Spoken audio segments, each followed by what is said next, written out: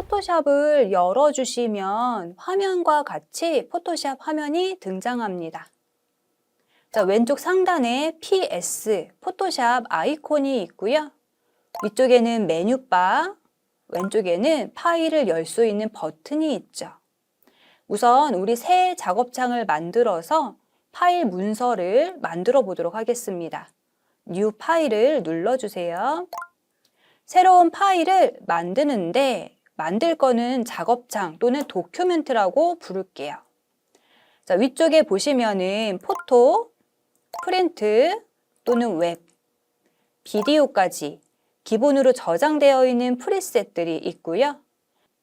오른쪽에서는 여러분들이 직접 문서의 이름을 정하거나 픽셀과 해상도 같은 단위를 설정하실 수도 있습니다. 지금은 일단 한번 열어서 기본적으로 포토샵이 어떻게 작동되는지 알아볼 거거든요. 그래서 위쪽에 있는 메뉴 중에서 웹으로 들어가셔서 가장 대중적인 사이즈인 1920에 1080 픽셀 사이즈의 도큐멘트를 새로 만들어 볼게요. 얘를 선택을 해주시면 오른쪽에 기본적으로 세팅되어 있는 값들이 나옵니다. 자, 여기에 너비, 위드 값이 1920 픽셀로 되어 있고요. 높이는 1080 픽셀로 되어 있습니다. 자, 오른쪽에 아트보드라고 체크가 되어 있는데 첫 번째로는 아트보드를 해제한 상태에서 우선 만들어 보도록 할게요. 리솔루션이라고 하는 해상도가 72 픽셀 퍼 인치로 되어 있고요. 컬러 모드는 RGB 컬러의 8비트로 되어 있습니다. 기본적인 구성을 확인하셨으면 새로 만들어 볼게요. 아래쪽에 파란색 크리에이트 버튼을 눌러주시면 새로운 도큐멘트가 만들어지겠죠. 자, 포토샵을 처음 열었어요. 문서를 만들었고요. 그랬더니 아래쪽에 창이 하나 뜨는데요. 이걸 우리가 온보딩이라고 얘기를 합니다. 포토샵을 처음 활용하시는 분들도 어렵지 않게 쓰실 수 있도록 설명창을 제공을 해주는 건데 예를 들어서 왼쪽에 도구에다가 이렇게 커서를 오랫동안 갖다 대고 있으시면 해당 툴에 대한 설명이 나와요. 내가 이 툴을 잘 모른다고 할 때는 여기를 누르셔서 비디오를 시청을 하시면서 포토샵을 어떻게 활용할 수 있는지 알아보시면 되고요. 우리는 작업할 때 이 창이 보이면 조금 불편하기도 하고 제가 설명을 드릴 거니까 우선 얘는 닫으시고 에디트에 들어가 보시면 맨 아래쪽에 환경 설정이 있습니다. 자, 환경 설정의 단축키는 컨트롤 K인데요. 여기 들어가서 우리 툴팁을 툴스에 들어가서 잠시 감춰둘게요.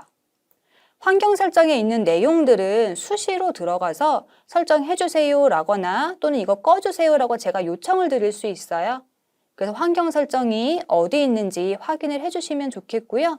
툴팁은 잠시 꺼두고 OK를 눌러서 진행을 해보도록 하겠습니다. 자, 화면에 지금 하얀색 종이가 새로 만들어졌습니다. 얘를 우리는 도큐멘트라고 부르고요. 작업창이라고도 불러요. 여기에 작업 내용에 제목이 들어가 있죠. 자, 위에는 메뉴바, 왼쪽에는 툴박스, 오른쪽은 패널이라고 부릅니다. 자, 툴박스와 패널은 화살표 부분을 클릭해 주시면 두 줄이나 한 줄이 될 수도 있고요. 그리고 툴박스 같은 경우에는 아래쪽으로 내려오시면 점점점 여기를 꾹 눌러보시면 다양한 툴들을 편집해서 위치에다가 여러분들이 고정해 놓고 사용하실 수 있어요. 지금은 일단 닫아둘게요. 자, 오른쪽에 패널 같은 경우에도 이렇게 화살표를 눌러서 접으실 수도 있고 조금 더 축소해서 보실 수도 있어요. 확대해서 원하는 툴들을 꺼내서 위치를 바꿔가면서 편하신 방법대로 활용을 하실 수가 있는데요. 만약에 내가 이런 패널들을 꺼내서 쓰다가 불편해서 닫았어요. X 눌러서 없애버리죠. 그럼 이 패널들이 화면에서 사라지거든요. 이럴 때는 당황하지 마시고 윈도우로 들어가셔서 여기서 여러분들이 원하는 패널을 찾아서 열어주시면 됩니다. 또는 처음 세팅 값으로 돌아가고 싶을 때는 오른쪽 상단에 보시면 리셋 기능이 있습니다.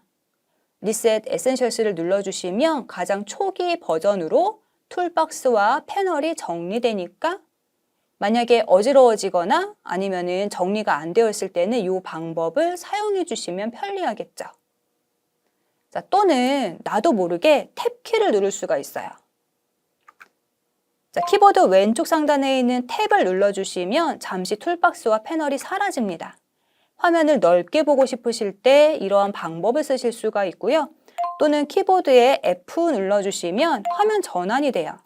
한 번 더 F를 눌러주면 이렇게 화면이 3단으로 바뀝니다. 프레젠테이션 모드로 활용을 하실 수가 있는 거죠. 다시 F 눌러주고요. 자, 이 기능은 왼쪽 하단에 보시면은 화면 보기 모드가 있는데요. 요거예요. 바꿀 수가 없죠. 그럼 다시 F를 눌러서 원래대로 돌아올 수 있습니다. 왼쪽에 이렇게 화면 전환 모드라고 생각해 주시면 됩니다. 자, 이제 우리 포토샵에다가 뭔가 이미지를 좀 생성해 보려고 하는데요. 키보드에서 M 눌러주시면 영타로 M자를 눌러주시면 왼쪽에 툴박스에서 사각형 모양의 점점점 꾹 눌러보시면 렉탱글러 마켓 툴이라고 사각형 모양의 선택 도구가 나옵니다. 얘를 활용해서 화면에다가 클릭한 채로 드래그를 해보세요. 그러면 흰색 작업 도큐멘트에 점점점점 움직이는 선이 생길 거예요. 우리는 얘를 선택 영역, 셀렉션이라고 부릅니다. 자, 여기서 아래쪽에 보시면 제너레이티브 필이라고 하는 버튼이 하나 생성이 되는데요. 요거를 눌러볼게요. 여기다가 원하시는 내용을 입력을 하면 AI 기능이 이 여러분들이 입력하신 프롬프트에 맞춰서 이미지를 생성해 줄 거예요. 전 여기다가 귀여운 고양이라고 입력을 할게요. 큐트캣이라고 입력을 해주시는데 한글 버전을 사용하시면 한국어로 프롬프트를 입력하실 수 있고요. 영문 버전을 사용하시면 영어로 입력을 해주셔야 되는 거죠. 자, 원하시는 내용을 프롬프트, 명령어로 입력을 해주시고 오른쪽에 생성 버튼을 눌러주시면 창이 하나 뜨죠. 자, 요거는 뭐냐면 어도비의 AI 생성 기능에 동의하겠다는 동의 버튼입니다. 어도비 같은 경우에는 어도비 스톡이라고 하는 자사에서 판매되는 콘텐츠를 학습을 시켜서 AI 기능을 만들었기 때문에 어도비에서 요구하는 콘텐츠 기능을 읽어보시고 동의를 하겠다는 의미로 체크를 해주시는 거예요. 동의를 눌러주시고 기다려주시면 입력한 프롬프트에 맞게 이미지가 만들어질 거예요. 네, 고양이가 나타났네요. 이 고양이가 너무 귀엽지만 마음에 안 들 수도 있잖아요. 그럼 아래쪽에 화살표를 눌러주시면 기본적으로 3개가 생성됩니다. 이렇게 1번, 2번, 3번 중에서 마음에 드는 내용으로 사용하실 수가 있어요. 또는 오른쪽에 프로퍼티스라고 하는 패널에 보면 여기서 프롬프트를 수정하실 수도 있고요. 아래쪽에서 이렇게 원하는 고양이를 또 선택할 수도 있습니다. 이번에는 고양이 말고 토끼로 입력을 해볼게요. 생성 버튼 눌러줍니다. 아까 선택 영역 지정했던 부분만큼 생길 거예요.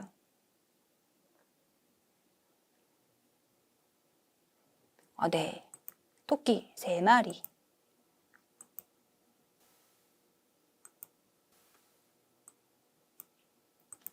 네, 저는 첫 번째 고양이로 선택하겠습니다.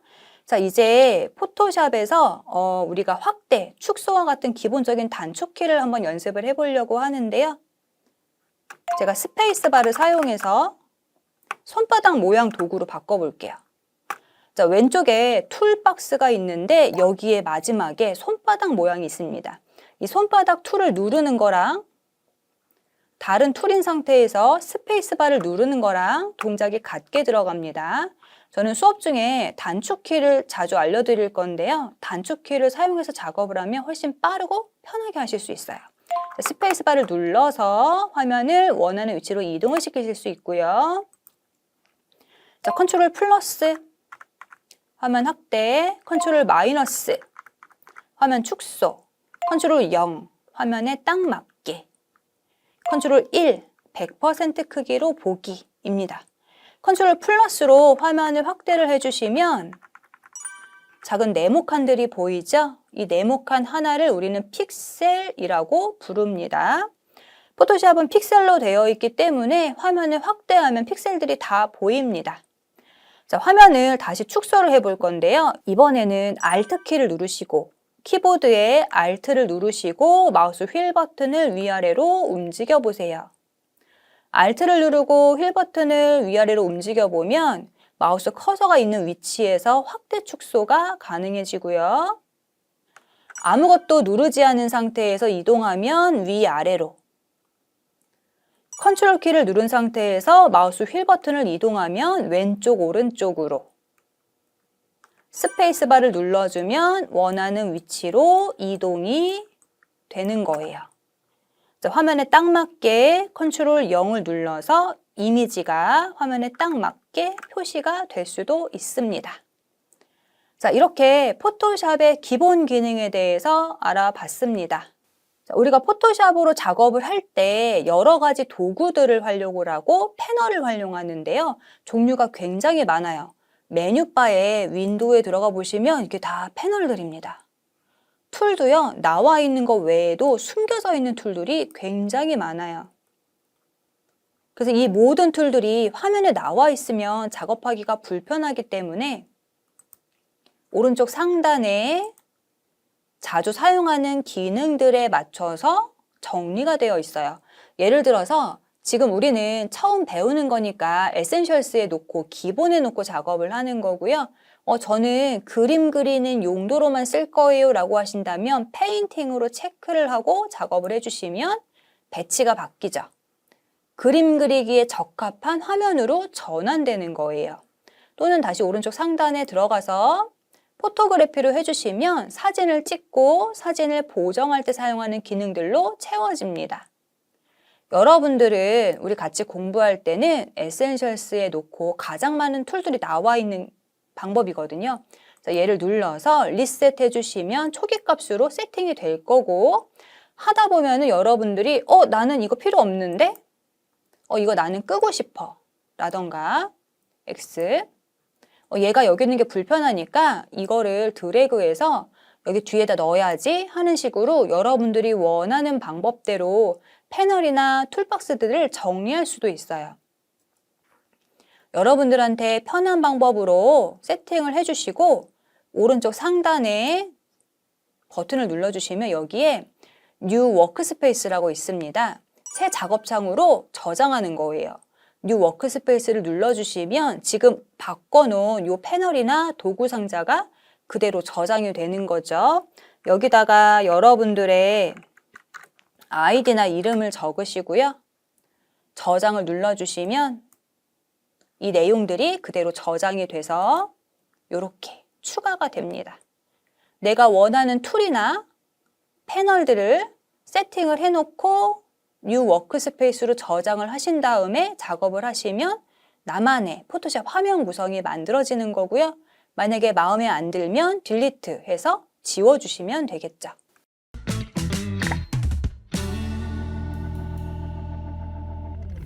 자, 이제 작업한 파일을 저장해 보겠습니다. 포토샵으로 저장할 때는 두 가지를 기억을 해주셔야 되는데요. 파일에서 세이브를 눌러서 저장하실 때 원하는 폴더를 선택하시고 이름을 지어주시고 파일 형식을 주의 깊게 선택해 주셔야 되는데요. 가장 중요한 파일은 PSD, 포토샵 파일입니다.